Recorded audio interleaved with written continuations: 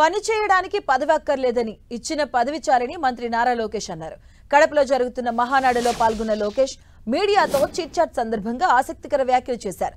2024 ఎన్నికల్లో సీనియర్ల కంటే జూనియర్లే ప్రభుత్వంలో కీలకంగా మారారని తెలిపారు. మంత్రివర్గంలో యువతకు ఎక్కువ అవకాశాలు వచ్చాయన్నారు. 2022 తర్వాత పార్టీలోకి యువత ముందుకు రావాలని సీనియర్లు కోరుకోవడం సంతోషంగా ఉందన్నారు. యువగలంలో మిషన్ రాయలసీమ ప్రకటించడం సహా మిషన్ రాయలసీమ వికేంద్రీకరణకు పార్టీ కట్టుబడి ఉందన్నారు లోకేష్. మహానాడులో 6 సూత్రాలపై సుదీర్ఘంగా చర్చించామన్నారు లోకేష్. 8 సార్లు కుప్పం ప్రజలు చంద్రబాబును గెలిపించారని, అలాంటప్పుడు అభివృద్ధి చేయడం తప్ప అంటూ ప్రశ్నించారు లోకేష్.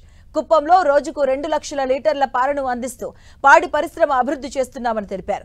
20 లక్షల ఉద్యోగాలు కల్పించడం తమ ప్రభుత్వ లక్ష్యమన్న లోకేష్ ఐటీ కంపెనీలకు 99 పైసలకే భూమిని కేటాయిస్తానన్నారు. ఇక దావోస్ లో మాటిచ్చినటువంటి ప్రకారం టీసీఎస్ కి భూమి కేటాయించామన్నారు.